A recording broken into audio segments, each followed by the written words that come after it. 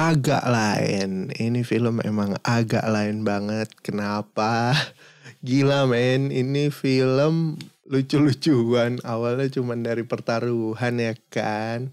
Tiba-tiba jadi film terlaris kedua. Film Indonesia terlaris kedua setelah KKN di Desa Penari. Dan menjadi film paling laris nomor 3 setelah Avengers yang tayang di Indonesia. Terus KKN Desa Penari baru agak lain. Gokil, langsung aja kita bahas.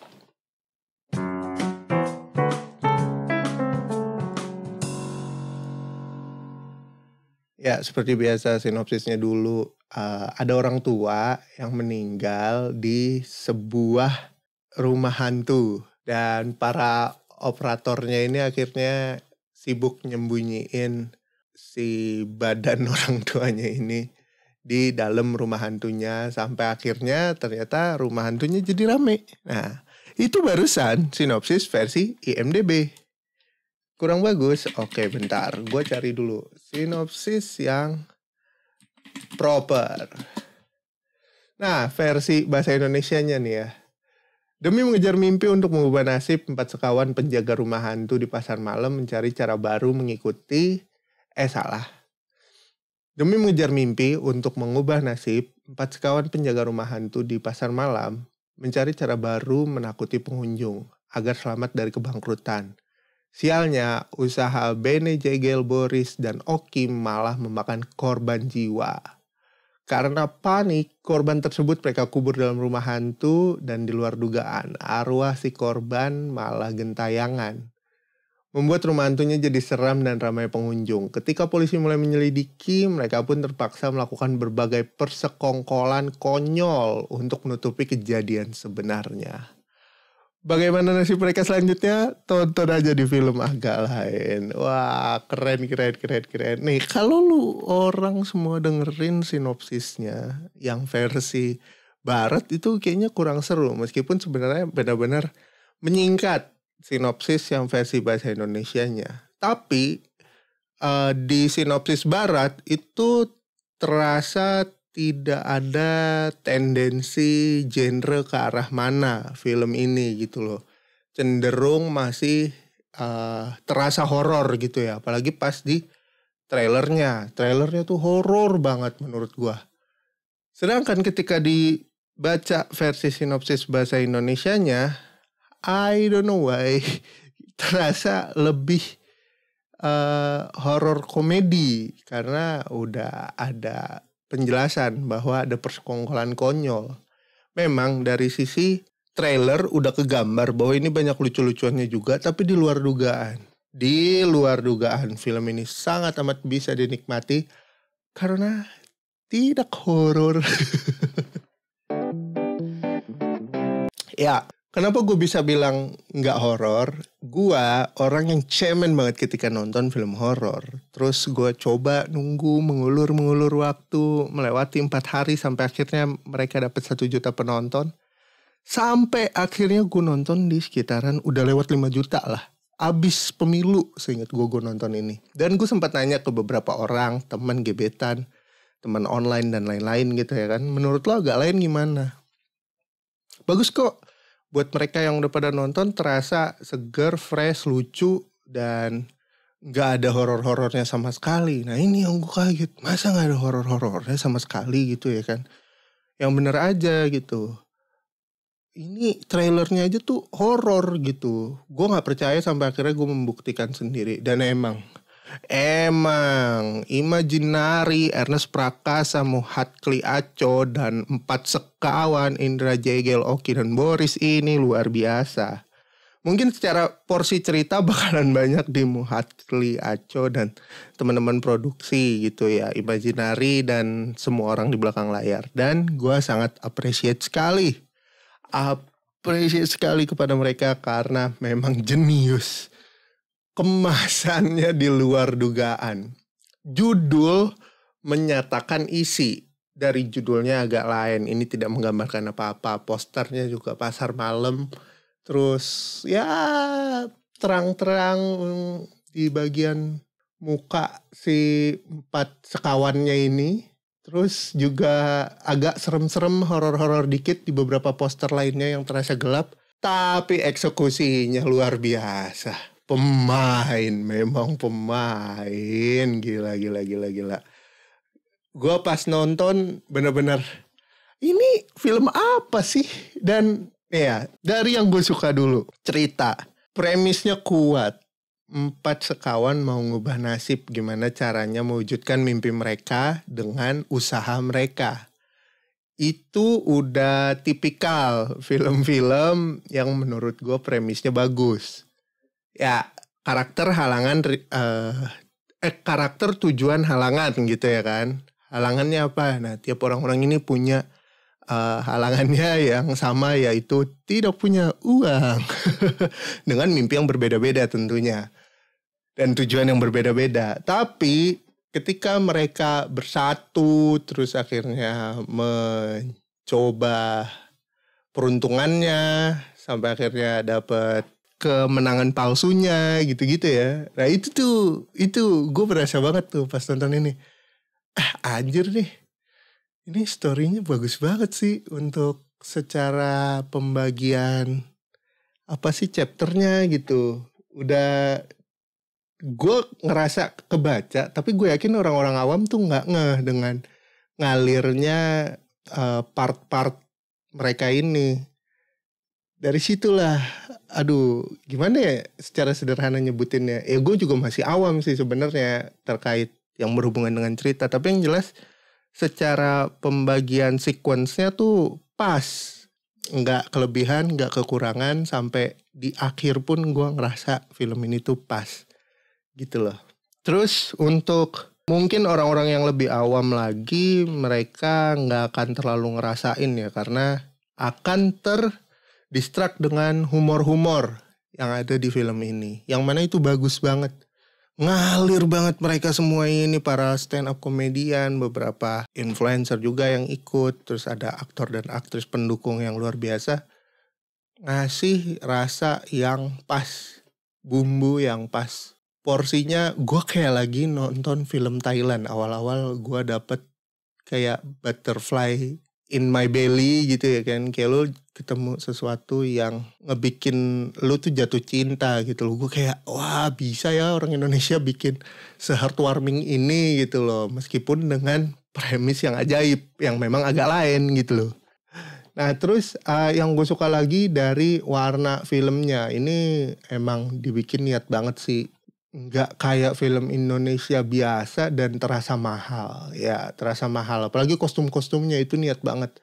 Yang paling niat gue lihat di ini ya, khususnya kostumnya Oki ketika dia jadi tuyul, pakai kuping-kupingan panjang, terus pakai softland mata yang jadi kecil gitu sih, itu niat banget. Terus secara lokasi juga itu luar biasa sih mereka ngebikinnya. Meskipun ada beberapa memang lokasinya terasa murah, kayak dicepetin aja gitu. Tapi tipis banget, benar-benar tipis. Dan abis itu ketika di akhir-akhir juga berasa cepet banget ininya, peningkatannya. Bahkan sampai kuburan-kuburannya itu niat banget dibikin setupnya. nggak kayak film biasa gitu. Ini niat banget sih, proper production sih menurut gue. Gokil, pokoknya 4 jempol buat agak lain. Terus yang gue kaget juga acting ya. Acting dari teman-teman ini, mereka ini kan yang jadi utama itu justru di Oki dan di Bene secara nggak langsung, karena porsinya paling kuat. Dan 2 orang lainnya ini sebenarnya sampingan nih. Nah, acting mereka berdua ini di luar nalar, benar-benar bagus banget sih. Oke, masih Benny ini luar biasa. Nah, kalau ceng-cengan yang dengerin podcast agak lain gitu ya, si Benny ini kan sering dikatain kaku, sering dicengin bahwa dia kurang oke untuk berakting. Tapi di film ini enggak loh. Jadi effortnya luar biasa sih buat mereka sih. Apalagi Oki ya, Oki ternyata jadi center loh di sini. Benar-benar jadi pemeran utama di cerita utama tuh dia. Ini luar biasa, Bang Oki keren banget. Shout out buat teman-teman agak lain. Apalagi Bang Oki si gokil di luar nalar. Oke. Itu tadi apa yang gue suka dan apa yang membuat memorable gitu ya. Selain humornya seru, terus warnanya bagus, ceritanya juga agak lain tapi tetap bisa dinikmati sampai akhir. Bahkan menurut gue ceritanya tuh bagus banget untuk film yang nyeleneh gitu ya. Nah, kita bahas nih apa kekurangan, apa yang ajaib-ajaib yang mungkin gue kurang suka. Ya, untuk yang gue kurang suka sebenarnya untuk horor-hororannya di trailer ya, gue ngerasa kayak film horor nih, gak akan aku nikmati gitu. Kurang pasti nih. Masa pelawak-pelawak ini pada bikin horor-hororan? Ya salah gue juga sih, gue nggak nonton Ghost Rider gitu-gitu ya. Tapi porsi horornya di sini memang cukup kurang dibanding di trailer ya. Itu trailer tuh kayaknya 80% tuh terasa horor sekali. Tapi memang film ini agak lain dari apa yang gue gak suka, jadi gue memaklumi gitu. Jadi memaklumi. Aduh, ajaib sekali memang film ini. Terus untuk hal yang gue gak suka lagi, secara humor sebenarnya ada beberapa humor internal yang cuman dia orang yang tahu, atau ya if you know gitu. Kalau lo emang ngikutin skena atau perkembangan dari humornya si para stand up komedian ini. Apalagi yang paling kena tuh masalah yang Ari Kriting sempet nanya, tapi dia happy kan. Wah itu tai banget sih. Gue kayak bangsat flashback. Gue kayak lagi nontonin Reels si Arsyid Herwanda sama Ari Kriting. Aduh lucu banget. Ya di bagian itu, meskipun ya humornya gak semuanya tahu, gak semuanya kena gitu loh. Udah gitu, anjing gue masih ketawa mikirin. Tapi masih tetap bisa dinikmati. Itu sih ajaibnya.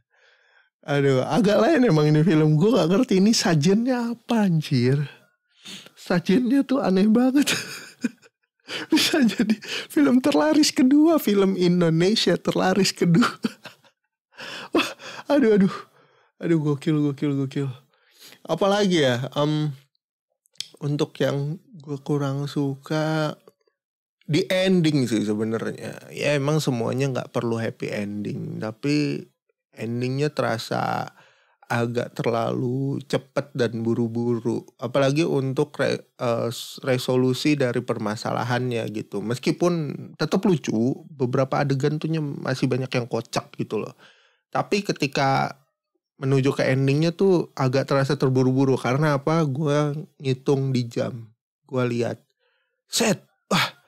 Wah kenapa tiba-tiba chapter akhirnya begini gitu loh. Terus kayak oke, secara porsi terasa terlalu buru-buru. Terasa banget buru-burunya. Gue berharap ada extended cut yang dimana versi terakhirnya mungkin bisa lebih baik gitu ya. Tapi kayaknya gak mungkin. Extended cutnya gue yakin juga lebih banyak yang dipotong tuh yang di tengah, atau humor-humor yang nggak perlu ditampilin. Bahkan ada extendednya nggak ya? Kira-kira kayak KKN? Ya kita tunggu aja. Coba kita tanya ke Pak Ernest atau Imaginary mungkin untuk agak lain. Aduh. Apalagi ya? Udah sih itu aja sih yang jadi highlight buat gua. Secara overall gue cukup kaget, agak lain diterima di masyarakat, dan bisa tembus lebih dari 5 juta penonton dalam waktu yang singkat ya, khususnya dalam waktu yang singkat gitu. Apalagi mereka sampai penambahan layar dan bisa tayang di luar negeri gitu, di Malaysia dan Brunei kalau nggak salah. Congrats, respect abang-abangku. Parah. komedian ini dan podcaster juga, berawal dari podcast akhirnya jadi ke film sih, luar biasa. Mantap abang-abangku. Menyala abangku. Oke, itu aja dari gua untuk Movie Corner Indonesia. Semoga yang belum nonton film agak lain bisa cepat-cepat nonton dan bisa menikmati karya anak bangsa yang bisa dibilang paling niat sih menurut gua. Niat banget. Oh iya, by the way, film tuh cuma ada 2 ya. Antara emang filmnya ceritanya bagus atau marketingnya yang bagus. Nah, film yang bagus kan ada beberapa faktor, entah dari special effect-nya, visual effect-nya, ceritanya, dan lain-lain gitu ya kan, aktornya bagus gitu. Tapi yang marketingnya bagus, ya cukup dari marketingnya aja. Dari gimana caranya nge-whistleblowerin semua hal yang mau dijual dari film ini gitu loh. Nah, agak lain ini campuran, tapi memang agak lain. Gue ngerasa 2 faktor itu ada di film ini dan memang itu menjadi faktor yang akhirnya nge-blow up si film ini dalam waktu singkat gitu loh.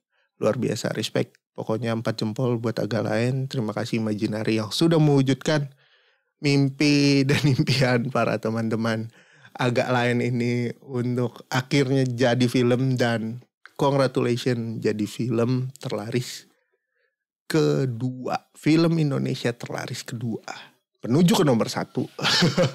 Semoga bisa nomor 1, amin. Tapi kalau enggak ya nggak apa-apa, udah terlaris kedua dan untuk film komedi Indonesia terbaik. Luar biasa, agak lain. Udah itu aja dari gue. Gue Edson pamit. Bye.